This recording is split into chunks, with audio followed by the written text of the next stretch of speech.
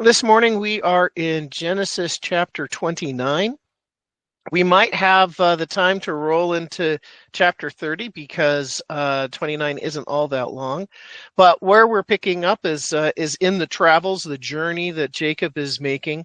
If you recall from last week's study, um, Jacob has stolen the birthright that belongs to Esau by tricking their old father, their father who is now old, Isaac, and he believes that he is giving his blessing to Esau, but instead he's actually giving the blessing to Jacob. And this is a plan that Jacob's mother, Rebekah, has put together because she knew from when the boys were in her womb that the younger would rule the older. But it created a situation at home such that Esau, after Jacob stole his birthright and first his birthright, then his blessing, wanted to kill his brother. And Rebekah didn't want to lose both of her sons. She would have lost one if Esau had killed Jacob, and then Esau would have been banned. He would have been ostracized, and he would have had to leave, and she would have lost two sons. So she then devises a plan to send Jacob to her brother Laban in Haran to save him, to get him out of the reach of Esau. And Jacob was also of marrying age, so she used that as the excuse when she told Isaac about how Jacob needed to go and see her brother Laban in Haran. And Jacob has left.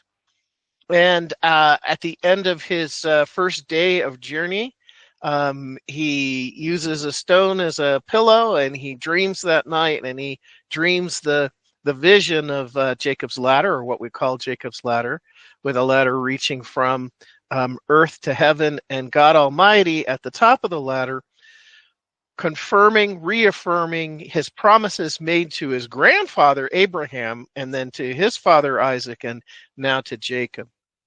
And so those promises carry through. And so where we pick up this week, Jacob completes his trip to Haran.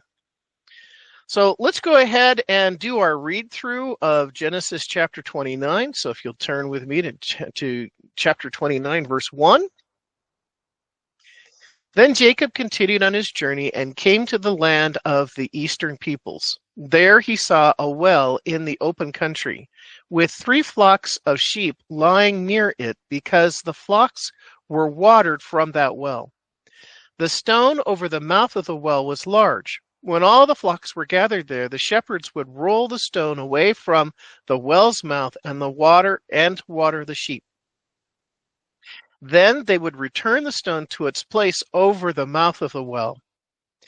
Jacob asked the shepherds, "My brothers, where are you from?" "We're from Haran," they replied. He said to them, "Do you know Laban, Nahor's grandson?" "Yes, we know him," they answered. Then Jacob asked them, "Is he well?" "Yes, he is," they said. "And here comes his daughter Rachel with the sheep." "Look," he said, "the sun is still high. It's not time for the flocks to be gathered. Water the sheep and take them back to the pasture." "We can't," they replied, "until all the flocks are gathered and the stone has been rolled away from the mouth of the well. Then we will water the sheep." While he was still talking with them, Rachel came with her father's sheep, for she was a shepherd. When Jacob saw Rachel's daughter of his uncle, when Jacob saw Rachel, daughter of his uncle Laban, and Laban's sheep, he went over and rolled the stone away from the mouth of the well and watered his uncle's sheep. Then Jacob kissed Rachel and began to weep aloud. He had told Rachel that he was a relative of her father and a son of Rebekah, so she ran and told her father. As soon as Laban heard the news about Jacob, his sister's son, he hurried to meet him. He embraced him and kissed him and brought him to his home, and there Jacob told him all these things. Then Laban said to him, "You are my own flesh and blood." After Jacob had stayed with him for a whole month, Laban said to him, "Just because you are a relative of mine, should you work for me for nothing? Tell me what your wages should be." Now, Laban had two daughters. The name of the older was Leah, and the name of the younger was Rachel. Leah had weak eyes, but Rachel had a lovely figure and was beautiful. Jacob was in love with Rachel and said, "I'll work for you for 7 years in return for your younger daughter Rachel." Laban said, "It is better that I give her to you than to some other man. Stay here with me." So Jacob served 7 years to get Rachel, but they seemed like only a few days to him because of his love for her. Then Jacob said to Laban, "Give me my wife. My time is completed, and I want to make love to her." So Laban brought together all the people of the place and gave a feast. When evening came, he took his daughter Leah and brought her to Jacob, and Jacob made love to her. And Laban gave his servant Zilpah to his daughter as an attendant. When morning came, there was Leah. So Jacob said to Laban, "What is this that you've done to me? I served you for Rachel, didn't I? Why have you deceived me?" Laban replied, "It is not our custom to give the younger daughter in marriage before the older one. Finish this daughter's bridal week, then we will give you the younger one also, in return for another 7 years of work." And Jacob did so. He finished the week with Leah, and then Laban gave him his daughter Rachel to be his wife. Laban gave his servant Bilhah to his daughter Rachel as her attendant. Jacob made love to Rachel also, and his love for Rachel was greater than his love for Leah. And he worked for Laban another 7 years. When the Lord saw that Leah was not loved, he enabled her to conceive, but Rachel remained childless. Leah became pregnant and gave birth to a son. She named him Reuben, for she said, "It is because the Lord has seen my misery. Surely my husband will love me now." She conceived again, and when she gave birth to a son, she said, "Because the Lord heard that I am not loved, he gave me this one too." So she named him Simeon. Again she conceived, and when she gave birth to a son, she said, "Now at last my husband will become attached to me, because I have borne him 3 sons." So she called his name Levi. She conceived again, and when she gave birth to a son, she said, "This time I will praise the Lord." So she named him Judah. Then she stopped having children. That's the end of chapter 29. So I think it's interesting that, what we see in Abraham, what we see in Isaac, and now what we see in Isaac is some pretty dysfunctional family life. Jacob, heel catcher, deceiver, has met his match, more than met his match in his Uncle Laban. And, if Jacob thought he was clever, Laban was more clever. And we'll see that as we start to unpack this chapter. So going back up to verse 1. Then Jacob continued on his journey and came to the land of the eastern peoples. There he saw a well in open country with 3 flocks of sheep lying near it, because the flocks were watered from that well.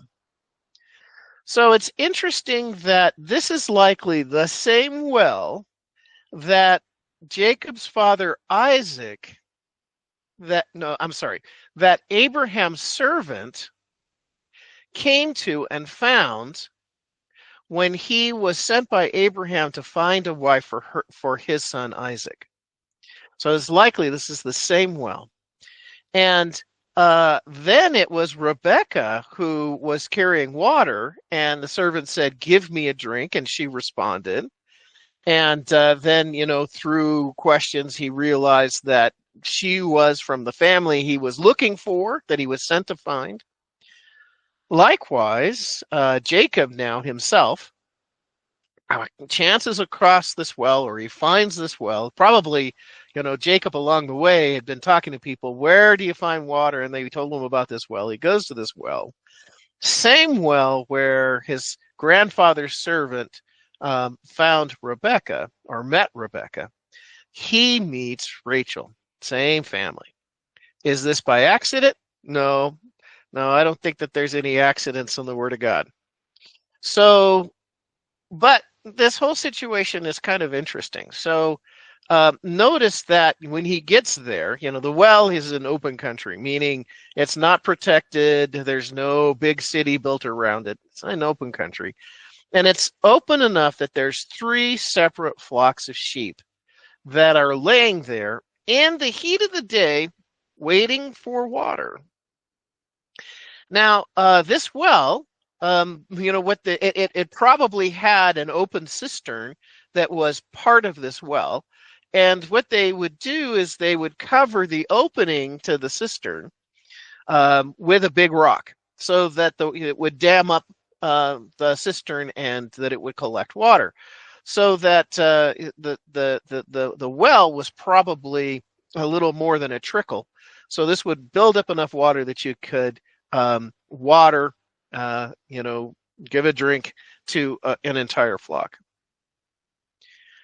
But notice what Jacob does here, because I think it's rather interesting. I mean, I think that Jacob is in his early 20s. And if you've had adult children in their 20s, if you have, if you've dealt with boyfriends or sons-in-laws that are still in their 20s, oftentimes they're pretty cocky. They think that they've got it all figured out. That they've got, all of their man strength, and, they're going to show the world. They're going to grab the world by the tail. They're going to make a dent in the world. They're going to make an impression. And this is Jacob's attitude when he arrives at this well. I mean, look what happens here. Verse 2, there he saw a well in open country with 3 flocks of sheep lying near it because the flocks were watered from that well.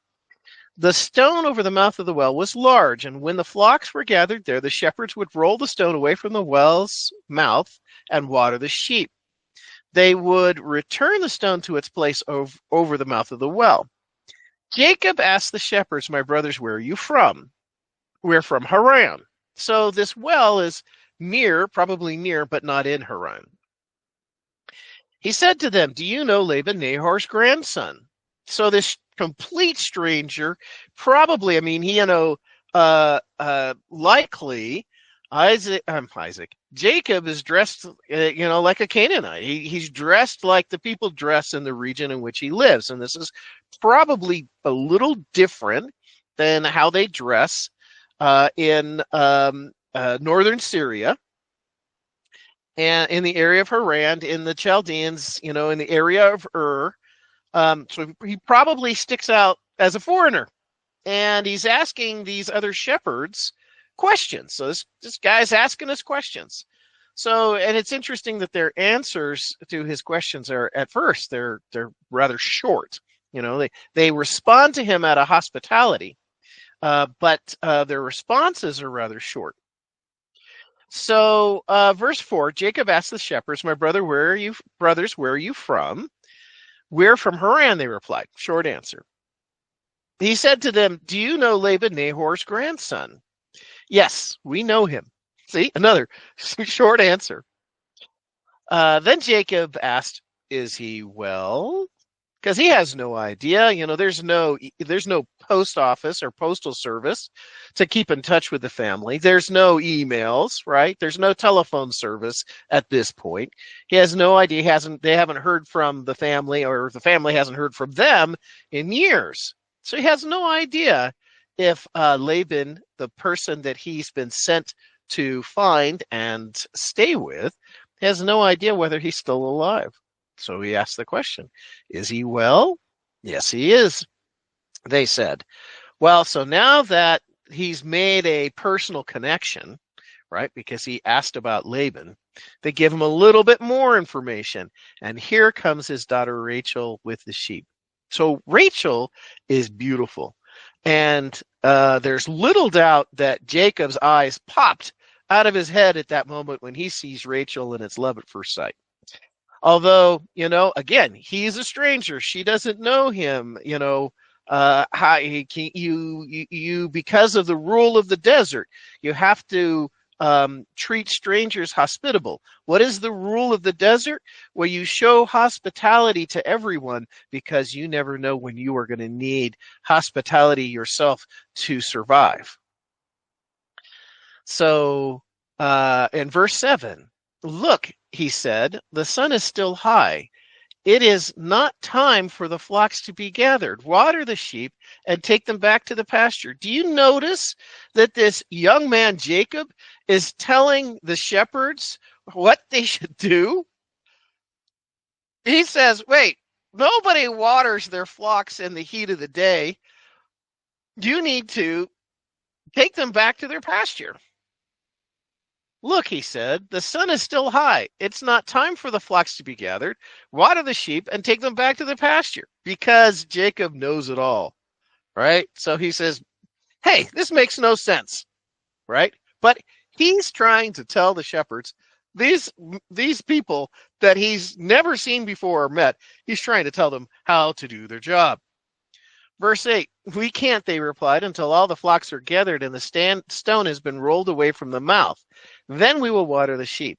So evidently, the local rule with this well was that if you wanted to use the water from the well to water your flocks, you had to wait until there was enough sheep around, multiple flocks around, so that you could let the water loose, feed, that the water would flow into the watering troughs for the sheep, and then you close it back up again so that the water would start building up. You couldn't just leave it running, right? That was the local rule. We can't, right? Until all the flocks are gathered, then we can roll the stone. And then notice what he does, okay?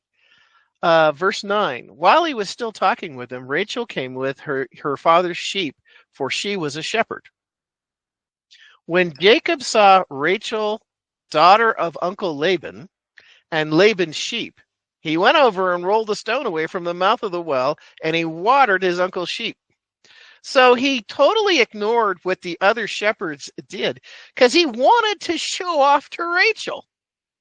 And so he takes it upon himself, this guy that nobody knows who this kid is, takes it upon himself to roll the stone. So to what? To feed his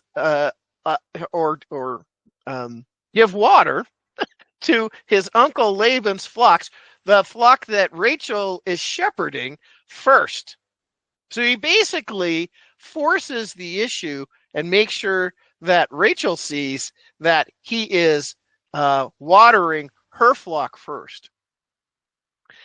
Pretty moxie for Jacob to do in a situation where he's the foreigner, nobody knows who this guy is, and he takes it upon himself to roll the rock, right? And to make sure that Rachel's flock, or his uncle Laban's flock, gets watered first.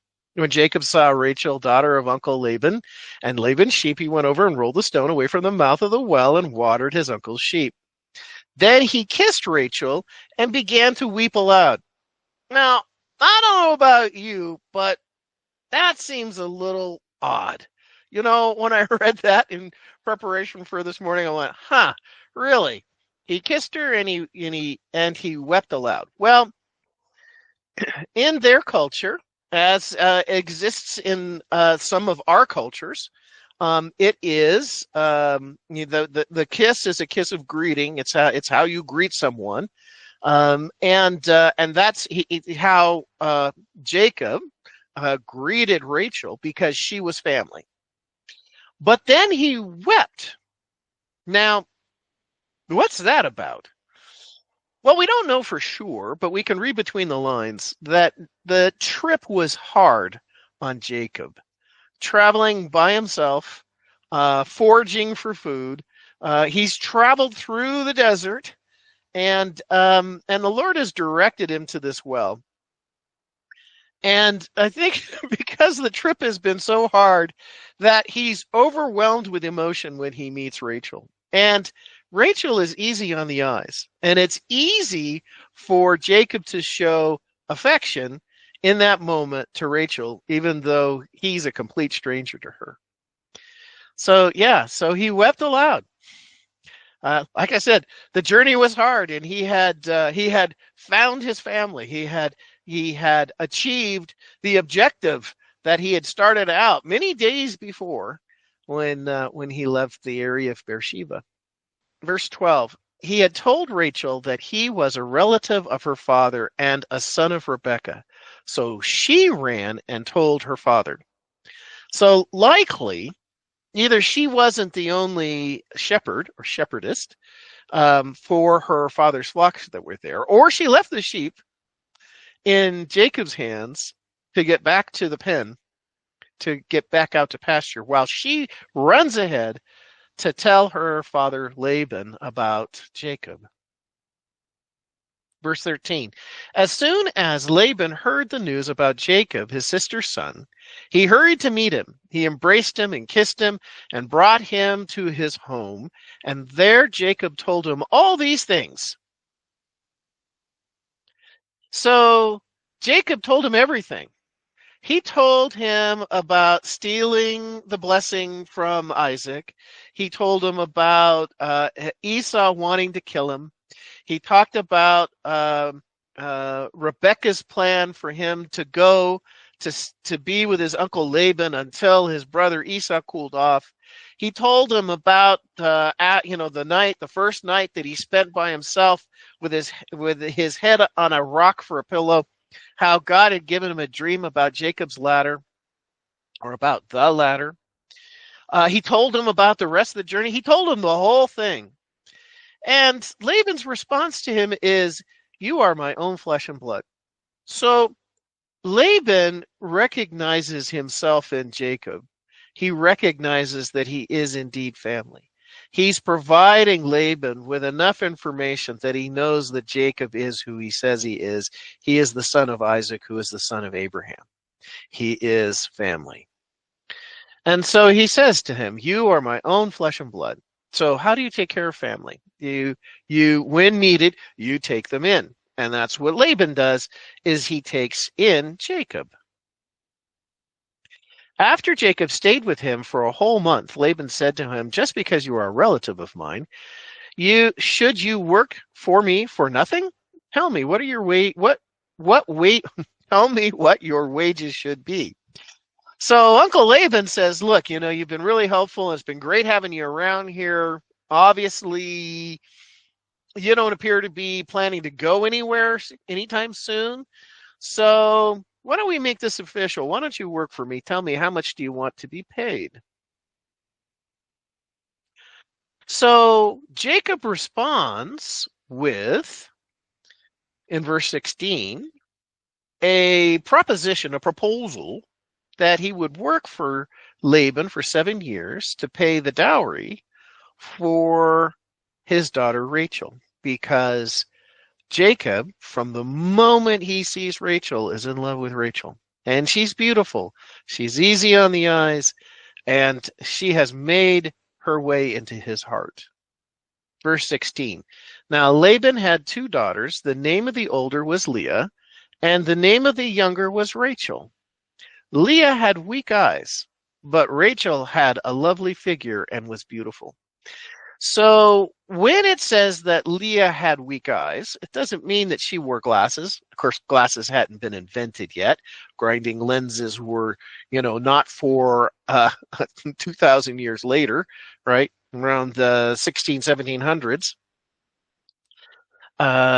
So what does it mean that Leah had weak eyes? Well, Rachel was easy on the eyes. She was pleasant to look at.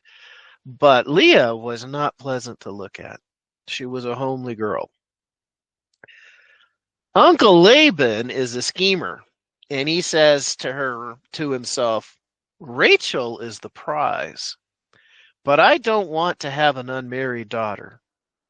So I'm going to pull the wool over Jacob's eyes. And he's going to think he's getting Rachel, but he's actually getting Leah. Verse 17, Leah had weak eyes, but Rachel had a lovely figure and was beautiful. Jacob was in love with Rachel and said, I'll work for you for 7 years in return for your younger daughter Rachel. Now, Jacob's terms were clear. Uncle Laban asks him, what do you want to be paid? He says, I'll work for you for 7 years for your younger daughter Rachel. Jacob is very clear on his terms. So what does Laban say? Sorry, I'm going to have to find my spot. Oh, so Jacob served 7 years to get Rachel, but they seemed like only a few days to him because of his love for her. So the 7 years went quickly for Jacob because he had a goal, an objective that he was working towards, and that was taking Rachel as his wife. And even though it was 7 years, it seemed to him like only a few days because he had a pot of gold at the end of the rainbow. Verse 21, then Jacob said to Laban, give me my wife. My time has been completed and I want to make love to her. All right, Uncle Laban, I've fulfilled our agreement. I've worked for you for 7 years. It's now time. Give me your daughter, Rachel. So how does Uncle Laban respond? Verse 22. So Laban brought together all the people of the place and gave a feast, which was customary for a wedding. Gather all the people that were there, invite the whole town, and make a big party in celebration of this marriage. But when evening came, he took his daughter Leah and brought her to Jacob. And Jacob made love to her, and Laban gave his servant Zilpah to his daughter as her attendant. So, a couple things going on here. So Uncle Laban does a big switcheroo on Jacob, but how does Jacob not know? And that is because the bride then would be heavily veiled. So he would have never seen her face, and the veil isn't brought back until the new wife is brought in to the marriage tent, and they're about to consummate the marriage. Now, in that day, if you made love to a woman, if making love to a woman was the marriage, that didn't happen. There wasn't such a thing as, well, there probably was, but there officially wasn't something as promiscuous sex or casual sex, because if you made love to a person, you were married. You were husband and wife. There wasn't the wedding ceremony that we know now. They held the feast, and then the groom would get ready in the marriage tent, and then the bride would come in with the lights low, candlelight probably, or lamplight, and they would consummate the marriage. So Uncle Laban has Leah heavily veiled, and he brings her to the marriage tent, does the big switcheroo. Jacob is none the wiser, and he's waited to make love to Rachel for 7 years. So he's likely caught up in the moment, and he doesn't notice that it's actually Leah and it's not Rachel until the next morning. He wakes up and he looks at his new bride laying on his arm, and he looks over and it's not Rachel. Oh my gosh, what has happened? What are you doing here? What has happened to me? Verse 25, when morning came, there was Leah.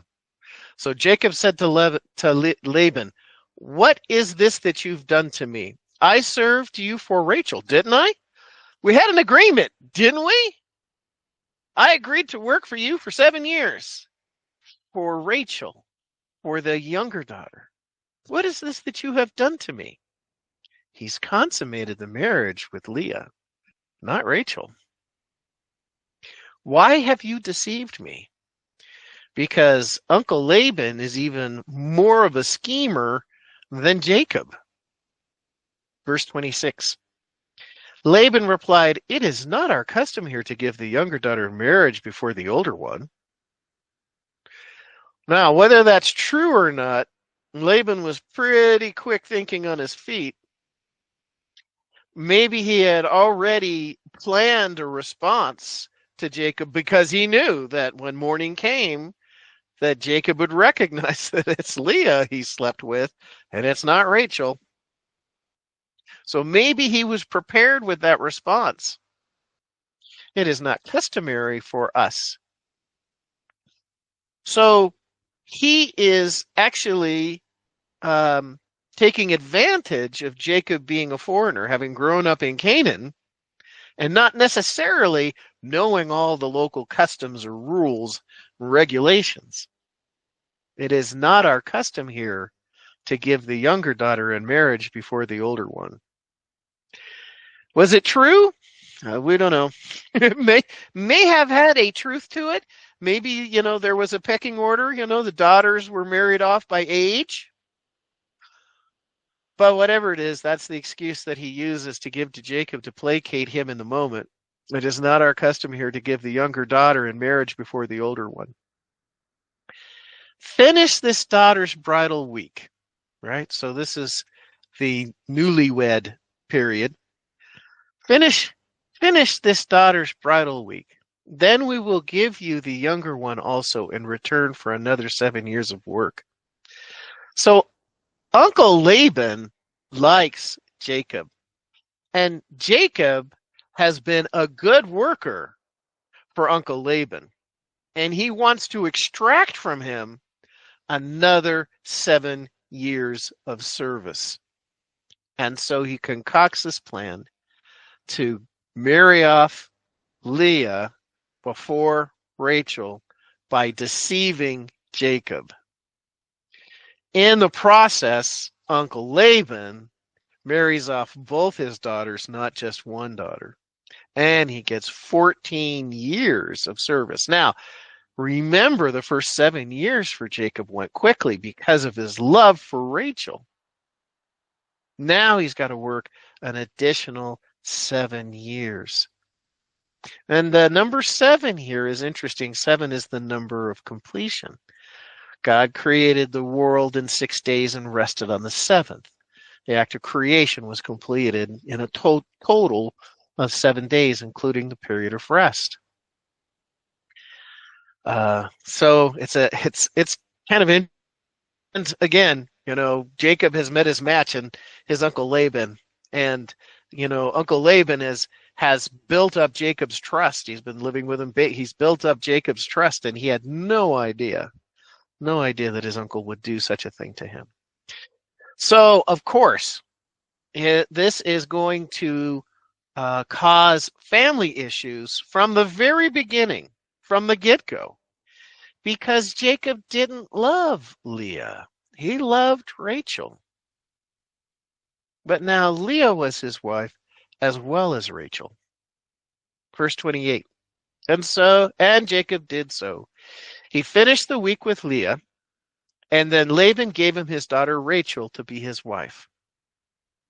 Laban gave his servant Bilhah to his daughter Rachel as her attendant. So Uncle Laban was wealthy enough to have servants that he could give to his daughters to be their personal servants.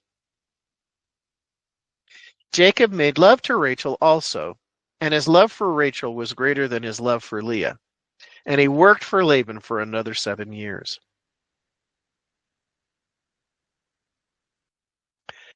There's a mention in here, he finished the week with Leah.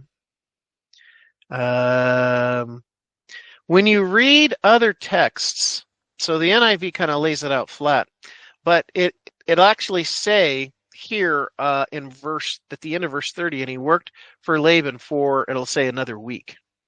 And it's talking about a week of years. So a week of years would be 7 years, right? 7 days in a week, so 7 years. We see that again in the book of Daniel when Daniel has the 70 weeks prophecy, and the 70 weeks are weeks of 7 years, 490 years in total. All right, verse 31. When the Lord saw Leah was not loved, he enabled her to conceive. But Rachel remained childless. So it's interesting here. So Leah was the less good looking of the two, but she was, because of God's blessing, she was more fertile. This is laid out here like God was taking compassion or had compassion on Leah because she was not loved by Jacob. And so the way that she could be a benefit to Jacob is to provide her sons. That Rachel wasn't able to do because she was barren. Leah became pregnant and gave birth to a son. She named him Reuben.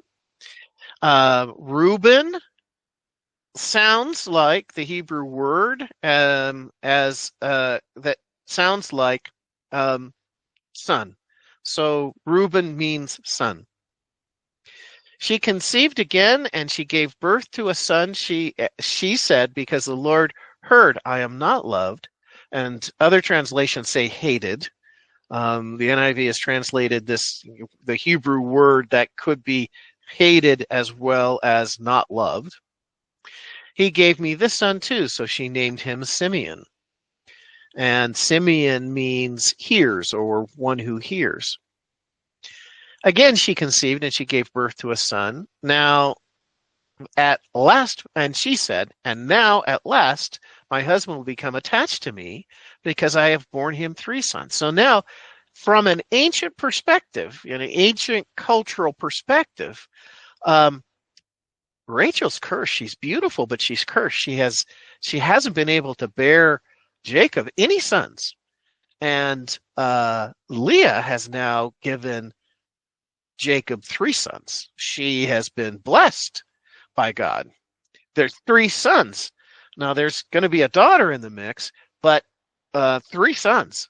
That's what you want. Is you want sons to help you to work the family business, to have someone to be your inheritance, and to have sons to take care of or to keep the family line going.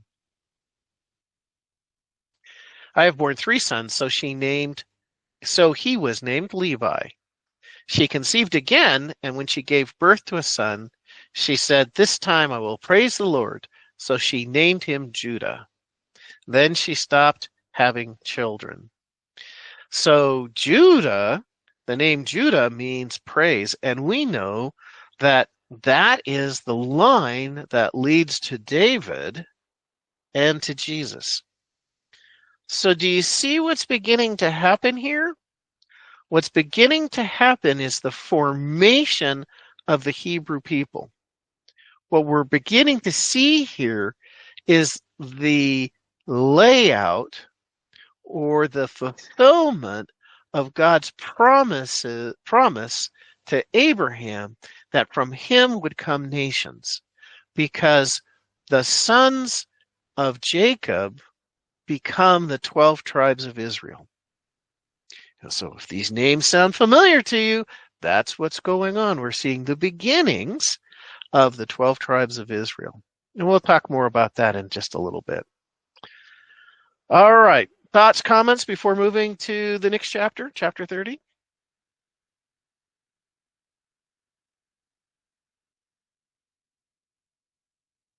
All right, let's read through chapter 30. When Rachel saw that she was not bearing Jacob any children, she became jealous of her sister. So she said to Jacob, give me children or I will die.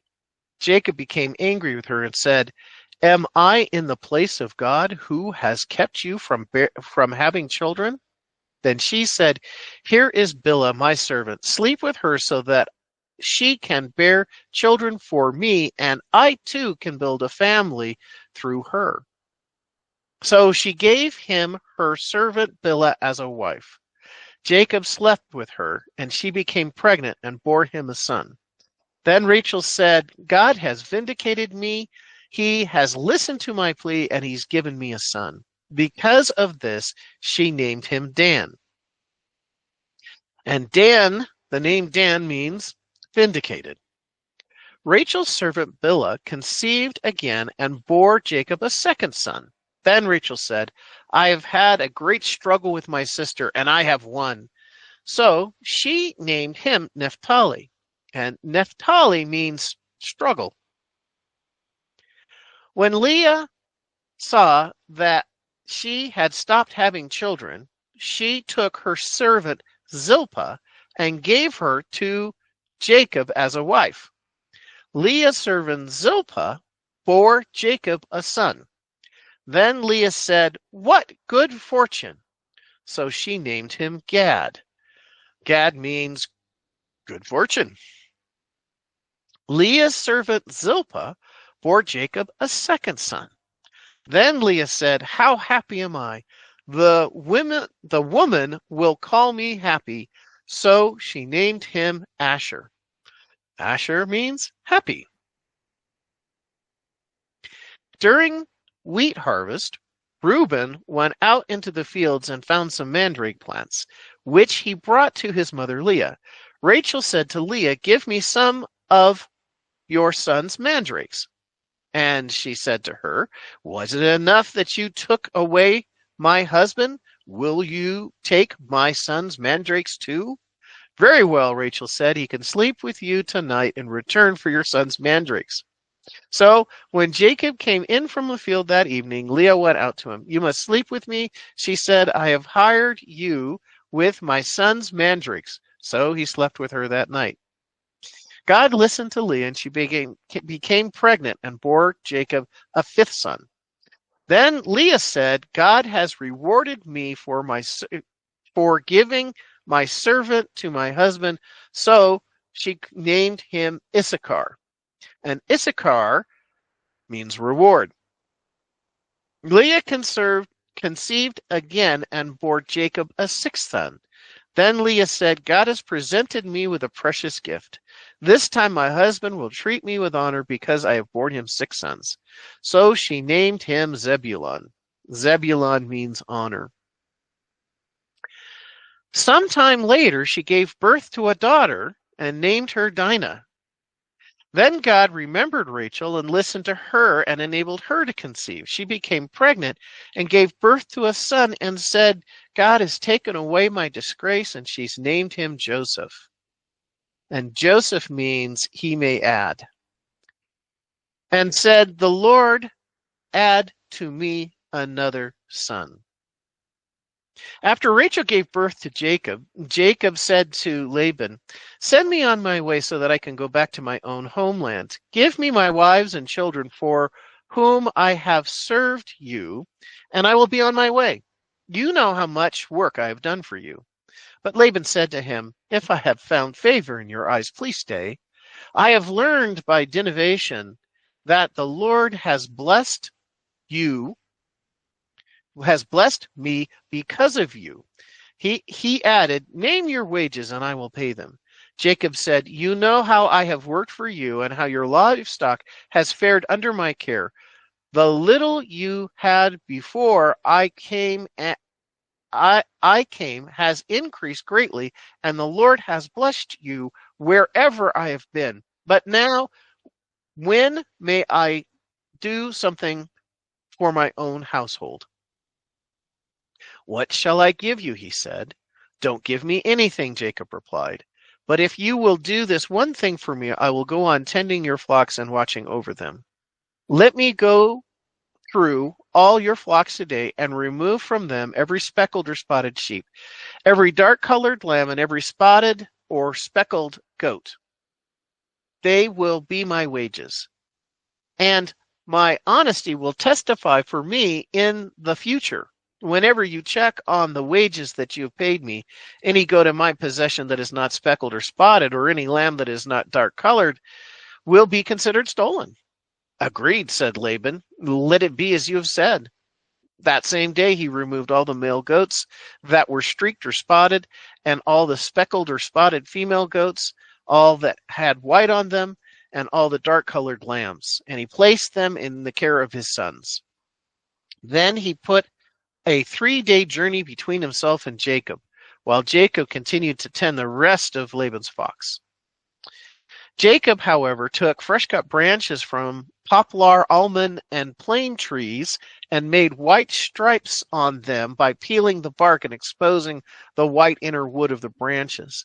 Then he placed the peeled branches in a watering trough so that they would be directly in front of the flocks when they came to drink. When the flocks were in the heat and came to drink, they made it in front of the branches. And they bore young that were streaked or speckled or spotted. Jacob set apart the young of the flock by themselves, but made the rest face the streaked and dark-colored animals that belonged to Laban. Thus he made separate flocks for himself and did not put them with Laban's animals. Whenever the stronger females were in heat, Jacob would place the branches in the troughs in front of the animals so that they would mate near the branches. But if the animals were weak, he would not place them there. So the weak animals went to Laban and the strong ones to Jacob. In this way, the man grew exceedingly prosperous and came to own large flocks and female and male servants and camels and donkeys. That is the end of chapter 30. Chapter 30 is quite domestic, don't you think? All right, so in the time we have remaining, let's go ahead and begin to unpack chapter 30.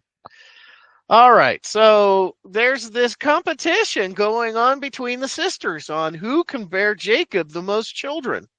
And when they're not bearing children, they are unhappy. They're upset. They are both vying for Jacob's affections.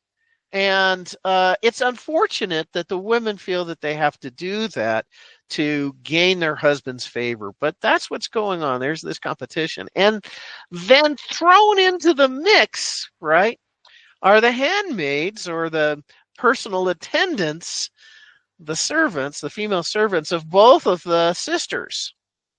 So now Jacob has 4 wives. He's got the 2 sisters and their servants as wives, and they're all bearing him children. It's kind of odd to think that, where the 12 tribes began, where they came from. But this was not necessarily a happy time, a happy place, because Jacob would have been having to placate all of his wives and trying to keep them all happy. They were only happy if they were pregnant or bearing children for him. Verse 1, when Rachel saw that she was not bearing Jacob any children, she became jealous of her sister. So she said to Jacob, "Give me children or I'll die." So that's talking about the level of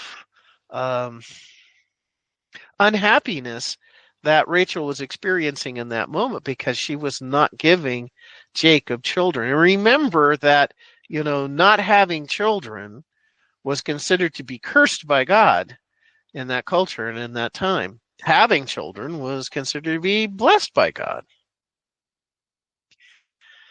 Jacob became angry with her and said, "Am I in the place of God who has kept you from having children?" It's like saying, am I God here? Am I the one that can make you fertile or not fertile? Are you putting that on me? Then Rachel says, "I got an idea. I got a solution." Then she said, "Here is Bilhah, my servant. Sleep with her so that she can bear children for me, and I too can build a family through her."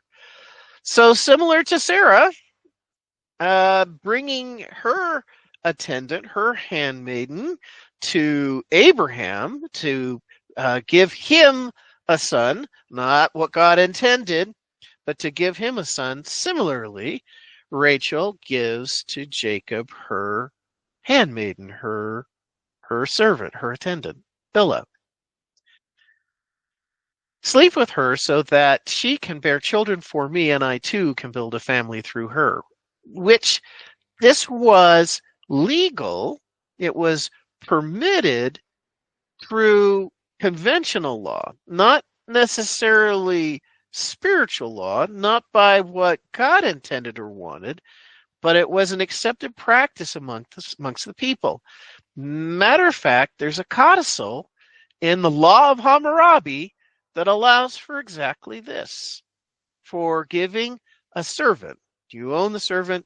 It's considered to be part of your family. You give the servant, have children through the servant, and the children belong to the father. Then she said, "Here is Bilhah, my servant. Sleep with her so that I too can bear children for me, and I too can build a family through her." So she gave him her servant Bilhah as a wife. Jacob slept with her, and she became pregnant and bore him a son. Then Rachel said, "God has vindicated me, and he has listened to my plea and given me a son." Because of this, she gave him the name Dan. Rachel's servant Bilhah conceived again and bore Jacob a second son. Jacob is a busy guy. Then Rachel said, "I have had a great struggle with my sister." Okay, so this competition, this struggle between sisters, and I have won, she says. So she named him Naphtali.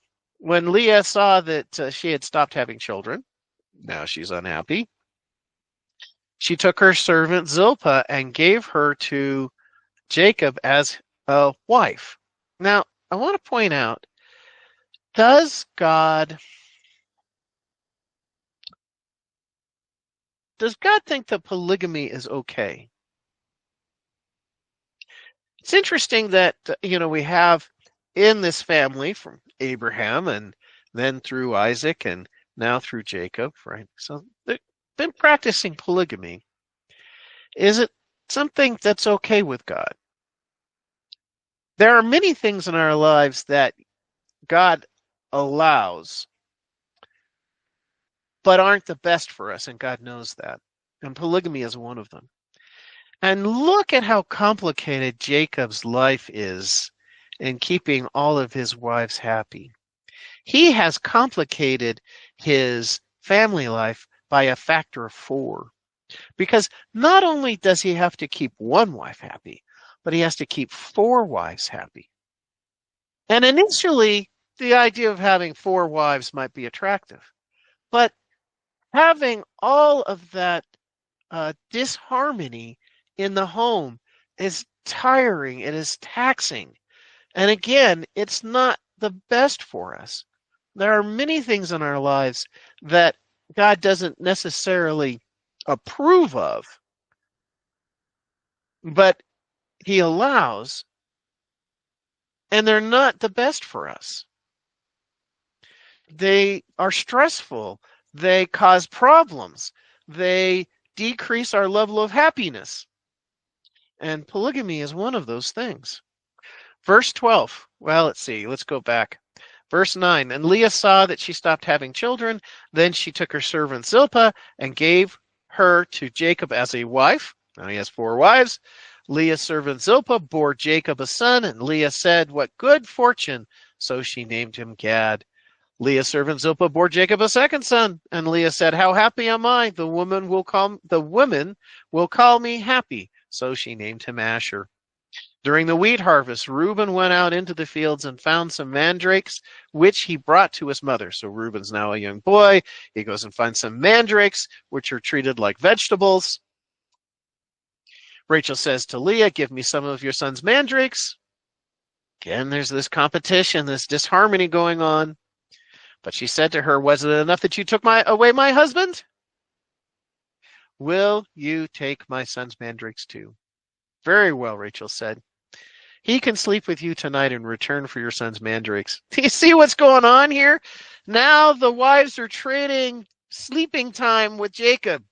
They're making a transaction because Jacob has allowed this situation, and the relationships have become transactional in his family. If you do this for me, I'll do this for you. So when Jacob came in from the field that evening, Leah went out to him. "You must sleep with me," she said. I have hired you with my son's mandrakes. So I have bought you. I have paid a price. I have bought you. You must sleep with me." So he slept with her that night. God listened to Leah, and she became pregnant and bore Jacob a 5th son. Then Leah said, "God has rewarded me for giving my servant to my husband." He has not, but that's what her perspective was. God did not reward her for giving her servant to her husband. So she named him Issachar. Leah conceived again and bore Jacob a sixth son. And Leah said, God has presented me with a precious gift. This time my husband will treat me with honor because I have borne him six sons. One of the things that's going on here is that Leah, right, she keeps popping out sons to garner favor, to garner love, to get love from Jacob. Again, Jacob has allowed his marriage relationships to become transactional. Do this for me and I'll do this for you. And that is not the way to have a relationship. You can't have a good, healthy, viable marriage with someone that's based upon transactions. If you clean the house, then I will sleep with you. If you sweep out the garage, then I'll make you dinner. If it's got to be about love, and it's got to be about both people giving to each other, not charging them or causing or requiring a transaction to get anything accomplished. Sometime later, she gave birth to a daughter and named her Dinah. Finally, a girl, finally. But in that culture, you wanted to have sons. The sons were a blessing and the daughters were just something extra or something left over. Then God remembered Rachel, and he listened to her, enabled her to conceive, and she became pregnant and gave birth to a son and said, God has taken away my disgrace. She named him Joseph and said, may the Lord add to me another son. So now Joseph. And Joseph becomes the fourth character that we are going to be introduced to in the remaining part of Genesis. So we are building this family. We are building this righteous line through Judah. I think we're going to pick up next week at chapter 30, verse 25, and talking about this whole flock thing, this transaction that Laban and Jacob go into because Laban doesn't want Jacob to leave. He wants him to keep working for him. Laban has been blessed. His flocks have increased under the management of Jacob, and he wants that to continue. And so they come up with this transaction. And what's going on here is it's a little strange. So I think we'll put a pin in it today at verse 25, or that's where we'll pick up next week. But I have some things that I want to share with you. So give me a moment so that I can share my screen.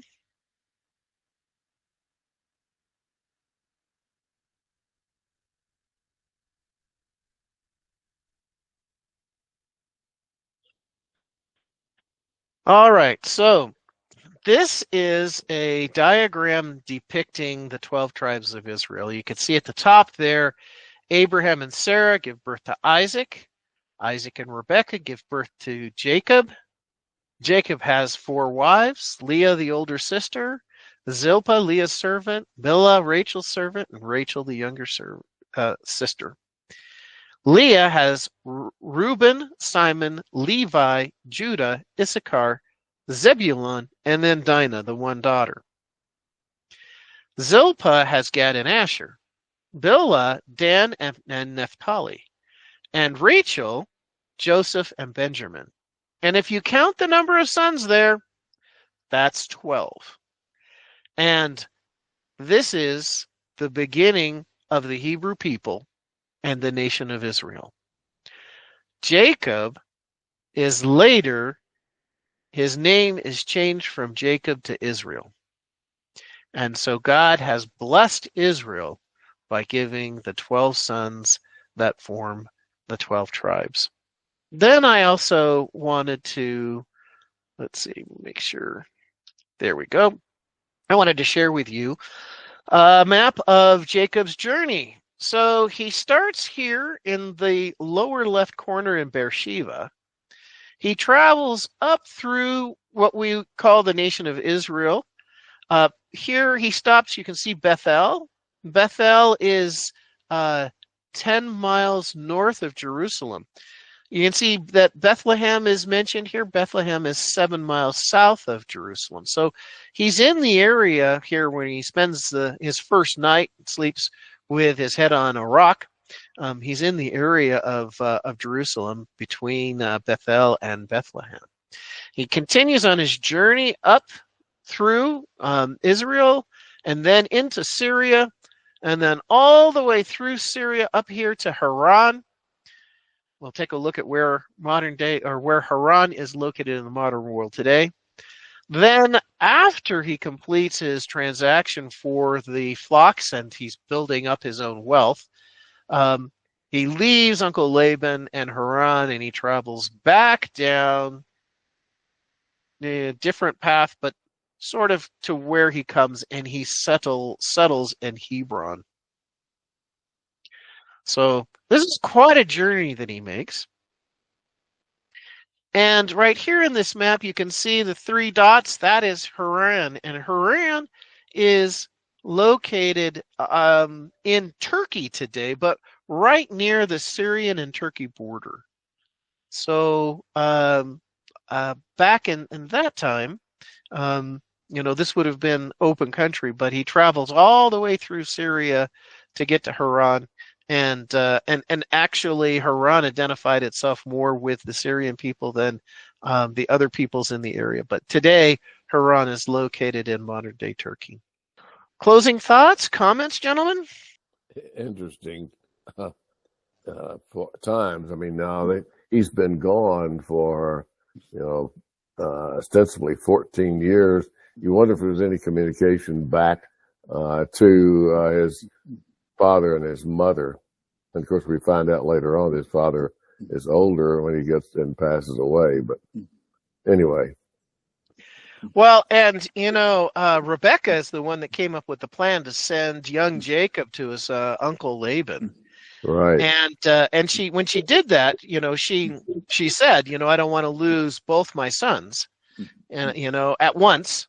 And meaning that, if Esau had killed Jacob, that Jacob obviously would be dead, but Esau would have been, ostracized and forced to leave, and she wouldn't have seen him. But the cost of that is that Rebekah never sees Jacob, her favorite son, again. She dies before he returns. So yeah, it's quite some time. I did have a passage that I wanted to share with you, and this comes from Galatians chapter 6, verses 7 and 8. Do not be deceived.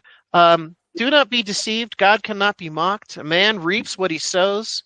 Whoever sows to please their flesh, from the flesh they will reap destruction. Whoever sows to please the Spirit, from the Spirit will reap eternal life.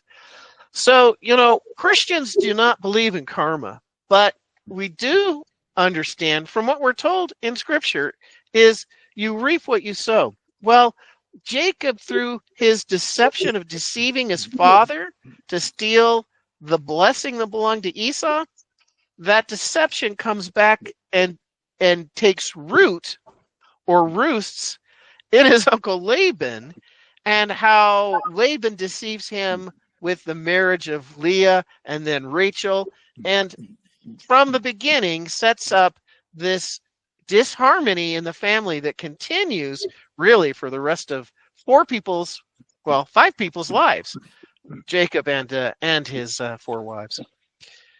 All right. Anything else, gentlemen? Perry, this is John. I just thought if we ever run into family drama, there's nothing new under the sun. So family drama has been around since the beginning. You're right, John. Very true. Yeah, all right. I was thinking of is that Romans 8, where it says all things work together for good for those who are called according to God's purposes, and here's an exact example through generations how man goes in one direction, but God goes ahead and uses it anyway. And God can make use of the situation, yes, to his glory. Yeah. So Exactly. Yeah. Thank you, Patrick. Good perspective. All Don't right, forget gentlemen. Saturday. We'll see you Don't guys forget Saturday. Yep. See you for breakfast on Saturday morning, 7:30, Original Pancake House, Orchard and University. And please have a good rest of your week and go with God. Thanks, Perry. You too, Thanks, Perry. Perry.